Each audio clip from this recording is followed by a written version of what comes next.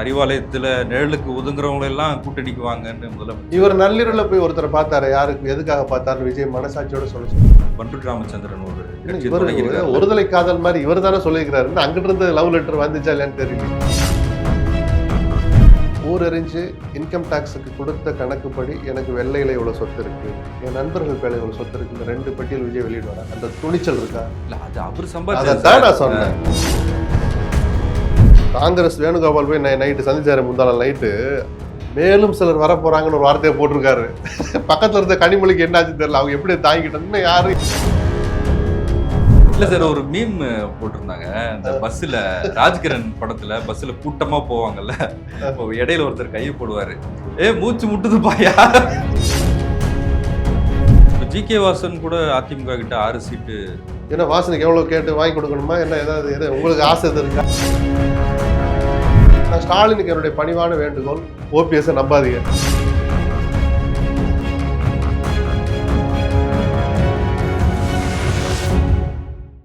South beat அன்பு உறவுகளுக்கு வணக்கம். நான் ஃபெலிக்ஸ் இன்பவுலி. இந்த நேர்காணலில் நாம் சந்திக்கிறப்பவர் மூத்த பத்திரிகையாளர் திரு எஸ்.பி. லக்ஷ்மணன் அவர்கள். வணக்கம். வணக்கம். தேர்தல் கூட்டணியை பொறுத்த வரைக்கும் திமுக கூட்டணி, அதிமுக கூட்டணி கிட்டத்தட்ட முடிவான ஒரு சூழல் இருக்கு. எந்தெந்த யாருக்கு எத்தனை இடங்கள் அப்படின்றதுல பேச்சுவார்த்தை நடந்துகிட்டு இருக்கு. இந்த சூழல் திமுக கூட்டணிக்கு வந்திருக்காங்க. அதை கூட விஜய் விமர்சிச்சிருந்தாரு. அறிவாலயத்துல நிழலுக்கு ஒதுங்குறவங்க எல்லாம் கூட்டணிக்கு வாங்கன்னு முதலமைச்சர். இவர் நள்ளிரவுல போய் ஒருத்தரை பார்த்தாரு. யாருக்கு எதுக்காக பார்த்தாருன்னு விஜய் மனசாட்சியோட சொல்லுங்க. அவருக்கும் கூட்டணி வைக்கணும்னு ஆசை இருக்குல்ல. காங்கிரஸ் வருதான்னு கேட்டு சொல்லுங்கன்னு ஒருத்தரை போய் பார்த்தீங்களே, அவர் யாரை பார்த்தீங்க? ஏன் ரகசியமா போய் பார்த்தீங்க? அப்ப நீங்க ஏதாவது பெட்டி எடுத்துட்டு போனீங்களா? வெளியில பேச்செல்லாம் உழவுது. நம்ம ஆதாரம் இல்லாம சொல்லக்கூடாது, அமைதியா இருக்கிறோம். காங்கிரஸை திமுக கூட்டிலிருந்து இழுப்பதற்கு யார் யார் எதோட அலைகிறாங்கலாம் நமக்கு தகவல் வருது. அப்ப அது நேர்மையான செயலா? ஏதோ அதுக்கு பேசுறாங்கிறக்கா பேசல. நாம யாருன்னு முதல்ல பார்க்கணும். சொத்து பட்டியலை வெளியிட தயாரா? நீங்கள் அரசியலுக்கு வருவதற்கு முன்பு, ஆட்சிக்கு வருவதற்கு முன்பு எவ்வளவு சொத்து இருந்துச்சு, இப்ப எவ்வளவு சொத்து இருக்கு? அப்ப விஜய் அதுக்கு முன்னாடி என்ன செய்யணும்? எனக்கு இன்னைக்கு என்னவெல்லாம் சொத்து இருக்கு, ஊரறிஞ்சு இன்கம் டாக்ஸுக்கு கொடுத்த கணக்குப்படி எனக்கு வெள்ளையில இவ்வளவு சொத்து இருக்கு, என் நண்பர்கள் பேர்ல இவ்வளவு சொத்து இருக்குன்னு 2 பட்டியல் விஜய் வெளியிடுவாரா? அந்த துணிச்சல் இருக்கா? இல்ல, அது அவர் சம்பாதிச்சது. அதான் நான் சொன்னேன். நீங்க சம்பாதிச்சா சட்ட விரோதம் இல்லையா? சம்பாதிச்ச சொத்தை மறைக்கிறது சட்டம் அனுமதிக்குதா இல்ல சட்ட விரோதமா? எனக்கு தெரியாம கேட்கிறேன். சட்ட விரோதம் தான். தூய்மை நம்ம கிட்ட இருந்து தொடங்கணும். சவால் விடுறது ஈஸி. நல்ல கேள்வி விஜய் கேட்டது. நீங்க என்னன்னு ஒரு எதிர்கேள்வி வந்த போது பதிலே வரல.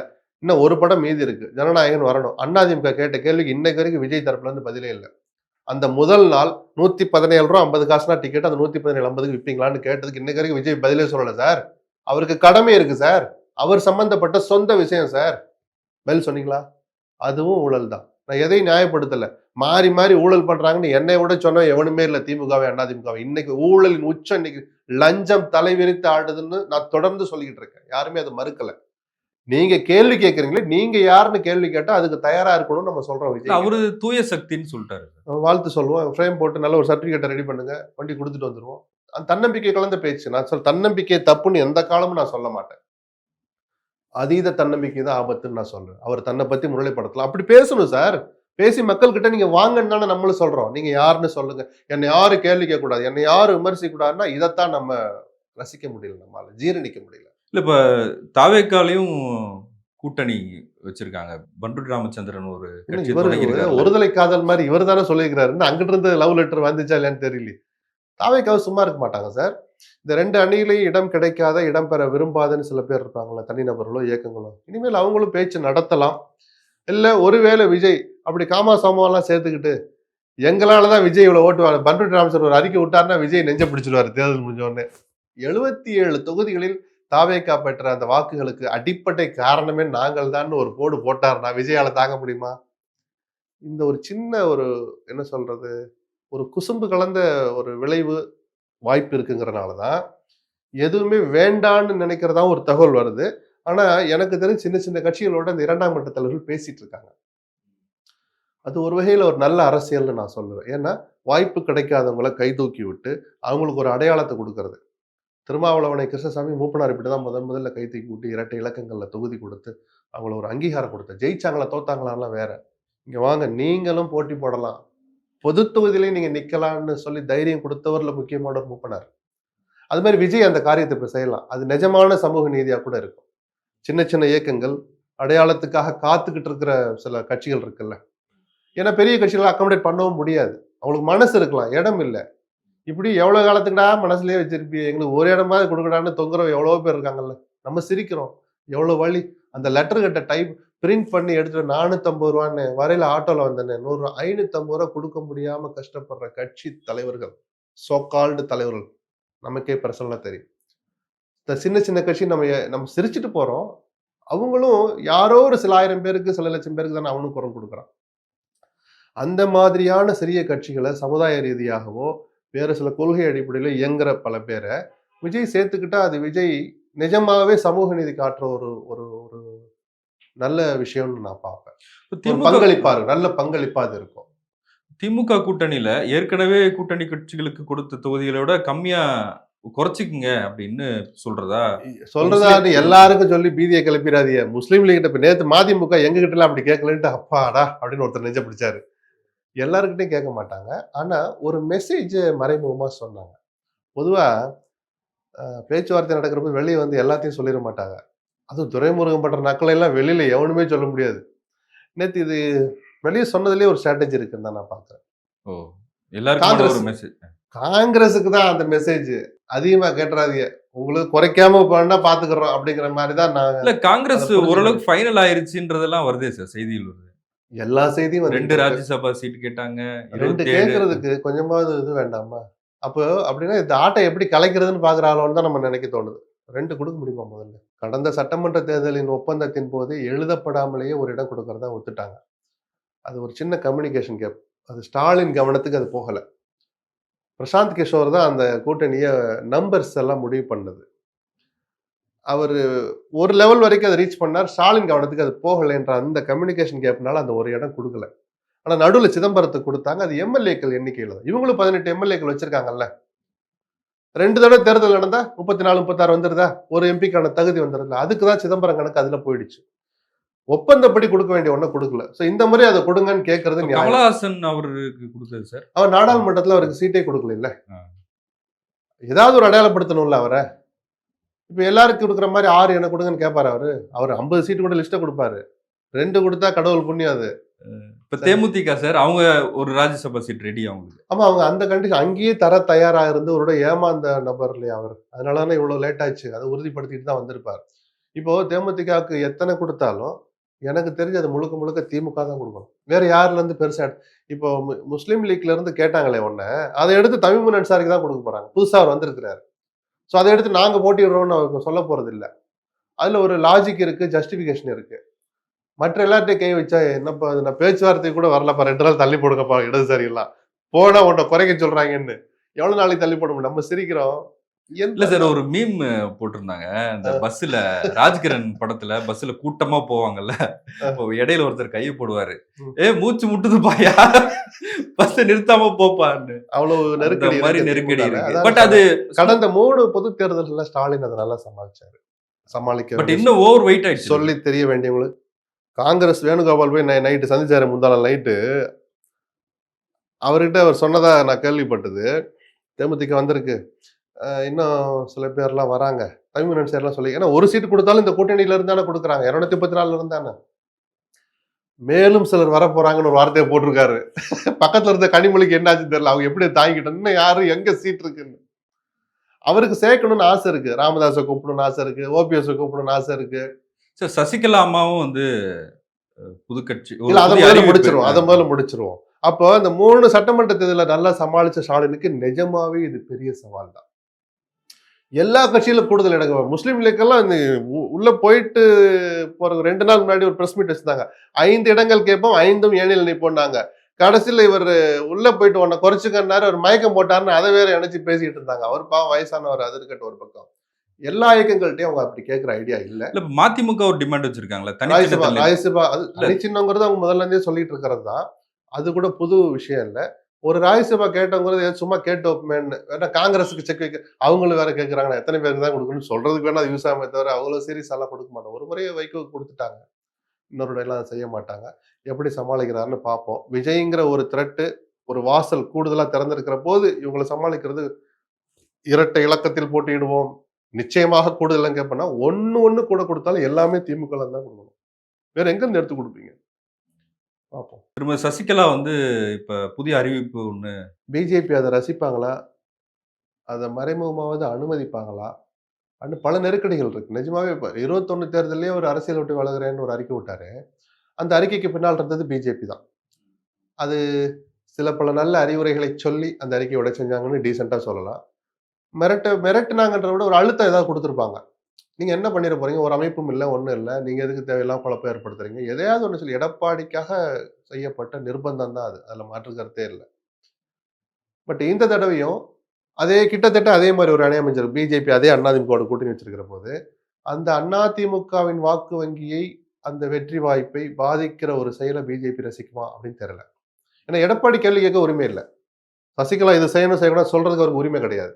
ஏன் சொல்லுங்க? நான் அதிமுக ஒற்றுமையை பத்தி பேசுறபோது எடப்பாடி இத மதிக்கல, சசிகலாவை சேர்க்கிற பேச்சுக்கே இடமில்லைன்னு சொன்ன எடப்பாடிக்கு, சசிகலா இத செய்யணும், செய்யக்கூடாதுன்னு சொல்ற உரிமை கிடையாது. ஆனா பிஜேபி அத சொல்லுவாங்க. மறைமுகமா சொல்றேன் நான். ஓபிஎஸும் சசிகலாவும் இணைய போறாங்க. அது கூடாது அப்படின்னு டிடிவி தினகரன் சொன்னதாக ஒரு செய்தி. செய்திகள் 1000 வரும். அது எனக்கு என்னமோ தெரியல. என்னன்னு எல்லாமே முத்துனா தெருவுக்கு வரட்டும் சார். ஒன்னொன்னா எடுத்து அமுக்கி பார்க்கலாம், ருசி பார்க்கலாம், விமர்சிக்கலாம். நம்மளா இப்பவே சசிகலா பத்தி அதுக்கு மேல நம்மளால பேச முடியாது. அவங்க என்ன சொல்ல போறாங்கன்னே தெரியலைல. இப்படி ஒரு பேச்சு வந்ததுனால நம்ம ஒரு வரி சொல்லிட்டு நான் நிறுத்திக்கிட்டேன். அதை தாண்டி நம்ம யூகத்தை வச்சிடலாம் விமர்சிக்க கூடாது, கருத்து சொல்லக்கூடாது. ஓபிஎஸ் கிட்ட என்ன ஆப்ஷன் சார் இருக்கு? இல்ல அவர்கிட்ட ஆப்ஷன் என்ன இருக்குங்கிறத விட அவர்கிட்ட என்ன இல்லைன்னா, ஒரு தெளிவான முடிவெடுக்கிற குணம் இல்ல. 90 வயச தொட போற பண்ருட்டியாரே அசந்து போயிட்டாரு. எவ்வளவு நாள் தாங்க அப்படின்னு. அப்படி ஒரு முடிவு எடுத்தாலும் அந்த முடிவுல உறுதியா இருக்க மாட்டாருங்கிற அந்த ஒரு அவப்பெயருக்கு, நம்பிக்கைக்கு ஓபிஎஸ் தன்னைத்தானே ஆளாக்கிக்கிட்டார். ஒரு பக்கம் நமக்கு பாவமா தான் இருக்கு. என்ன இருந்தாலும் அவர் நம்மள 3 முறை ஆண்ட முதலமைச்சர் பதவியில இருந்தவர். எந்த தியாகத்துக்கும் தயார்னா அதிமுக கிட்ட சரணாகதி ஆன பிறகு அவரை சேர்த்துக்க மாட்டேன்னு சொன்னது. அப்போ திரும்ப சொல்றேன், ஓபிஎஸ் எந்த முடிவு எடுத்தாலும் அதை விமர்சிக்கிற தகுதி எடப்பாடிக்கு இருக்காது. உரிமை இருக்காது. ஏன்னா ஆனா நீங்க இப்ப அவர் வரேன்னு சொன்னவர நீங்க தான் எண்ணி வச்சீங்க. மீண்டும் திமுக ஆட்சி அப்படின்னு ஓபிஎஸ் இல்ல சொல்றது. அப்படி சொன்னத வச்சு பார்த்தா அவர் என்ன மைண்ட்ல இருக்காருன்னு தெரியுதுல்ல.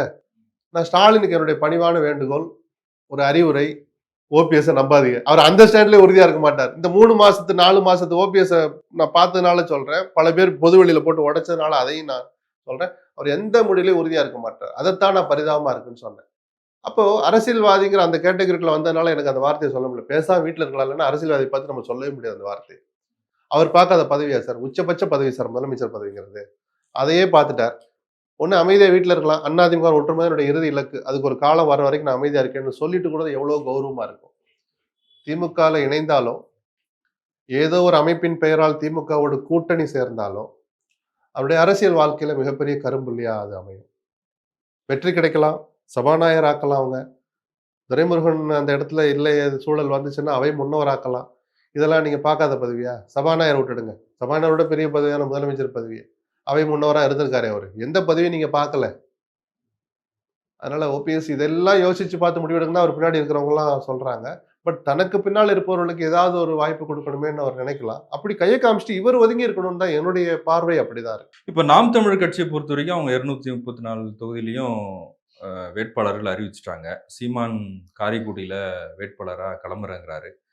அந்த கட்சி தொடர்ச்சியா தனித்து போட்டி அப்படின்றத சொல்லிட்டே வராங்க. இனிமேலும் தனித்து தான் போட்டி அப்படின்றாங்க. அதை எப்படி பார்க்குறீங்க? இல்ல பாராட்டலாம். ஒரு வகையில பாராட்டலாம். சொன்ன வார்த்தையில உறுதியா இன்னைக்கு வரைக்கும் பயணிக்கிறது அரசியல்வாதிகிட்ட பார்க்க முடியாத குணம். எவ்வளோ பெரிய ஆளும் சில சமரசங்களுக்கு ஆட்பட்டிருக்காங்க. அந்த சமரசங்கள் செய்ததுனால அந்த தலைவருக்கு, அந்த கட்சிக்கு, அவர் சார்ந்த மாநிலம் தமிழ்நாட்டுக்கு நல்லதும் கிடைச்சிருக்கு. சமரசங்களே இல்லாமல் இயங்க முடியாதுங்கிறது தினகரன் வரைக்கும் சமீபத்திய உதாரணங்கள் வந்துடுச்சு. இப்போ சீமானும் ஏதாவது விட்டுக் கொடுக்கணும்னு நம்ம ஒண்ணும் அட்வைஸ் பண்ண விரும்பல. ஆனா இத்தனை லட்சம் பேர் அவர் பின்னாடி நிக்கிறாங்கல்ல.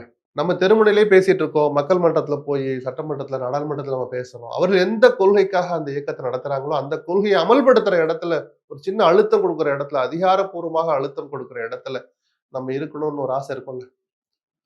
அதுக்கான வாய்ப்பு அவரு அமைக்க மாட்றாரோன்னு ஒரு சின்ன ஆதங்கம் எனக்கு உண்டு. அவர் மேல இருக்க மரியாதையின் காரணமா. இல்லாட்டி நான் 8.5 வாங்கிட்டோங்க. 8.5% வாங்குறதா உங்க நோக்கம்? இல்ல இது ஒரு நல்ல அங்கீகாரம். பல பேருக்கு அமையாத அங்கீகாரம் சீமானுக்கு 15 வருஷத்துக்கு அப்புறம் கிடைச்சிருக்கு. அது ஒரு மைல்கல். அடுத்து உங்க நோக்கம்? 12% தொடர்றதா என்னுடைய ஒரே இலக்குன்னு சொல்றதா? 12 வாங்கி என்ன பண்றது? 31 வாங்கி என்ன பண்றது? அந்த 3 பேர்ல பெரிய ஆளா 35 வாங்கி ஆட்சி பிடிக்கிறது தானே உங்க நோக்கம். அதுக்கு முதல்ல ஒரு 5 எம்எல்ஏ ஜெயிக்கிறது தானே ஃபர்ஸ்ட் இலக்கா இருக்கணும். அப்படிங்கிற பார்வையும் நாம் தமிழர் கட்சியினுடைய தம்பிமார்களுக்கு இருக்கு. சீமானுக்கு பதவி ஆசை துளி கூட இல்ல. முதலமைச்சர் ஆகணும்னு இலக்கு இருக்கு. அது ஆசைன்னு நான் சொல்ல மாட்டேன். வெறின்னு நான் சொல்ல மாட்டேன். அப்படி இருந்திருந்தா அவர் தனக்கு இருக்கிற இந்த ஆதரவை வச்சுக்கிட்டு எப்பயோ ஒப்பந்தம் போட்டு எப்படி எப்படியோ அரசியல் பண்ணியிருப்பார். ஒரு வகையில பாராட்டலாம். இன்னொரு வகையில அவரு இன்னும் சரியான பாதையை தேர்ந்தெடுக்கலையோன்னு எனக்கு தோணுது. இல்ல ஆனா இப்ப சமூக வலைதளங்கள்ல நாம் தமிழருக்கும் தாவேகாக்கும் அந்த நடக்கிற போட்டி இருக்குல்ல, அது விஜய் வந்து ரொம்ப அசால்ட்டா அத பேசுறாரு. அவங்க களத்திலே இல்லன்னு. ஆனா நாம் தமிழர் அதிகமா விஜய விமர்சிக்கிறாங்க.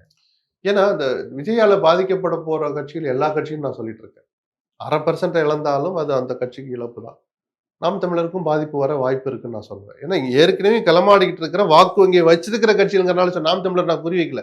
நாம் தமிழர் வாக்கு வங்கி வச்சிருக்கிற அந்த பெருமை பட்டியல்ல சேர்த்துக்கிட்டு தான் நாம் தமிழரும் பாதிக்கப்படும் நான் சொல்றேன்.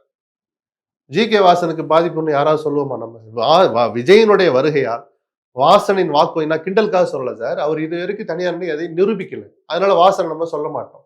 சீமான் நிரூபிச்சுட்டே வர்றாரு. 4, 6, 8ன்னு. அதுல சேதாரம் ஏற்பட வாய்ப்பு இருக்குன்னு சொல்றோம். ஆனால் இந்த 8.5 வாங்கினார்ல, அடுத்த தேர்தல்ல 10 வாங்கட்டுமே. அதே 8.5 கூட வாங்கட்டுமே. சீமானன் நம்ம மனம் திறந்து பாராட்டலாம். எவ்வளவு பெரிய ஒரு விளம்பர பலம் உள்ள அவர் விஜய் பாஷையில சொன்னா ஒரு வீட்டுக்குள்ள போய் உட்கார்ந்து இருக்கிற அளவுக்கு ஒரு மிக பிரபலமான ஒரு சினிமா பிரபலம் வந்த பிறகும் கொள்கைக்காக எனக்கு வாக்களிக்கிறவங்க மாறவே இல்லைன்னு மாறுதட்டி சொல்லலாம் சீமான். சரிதானா?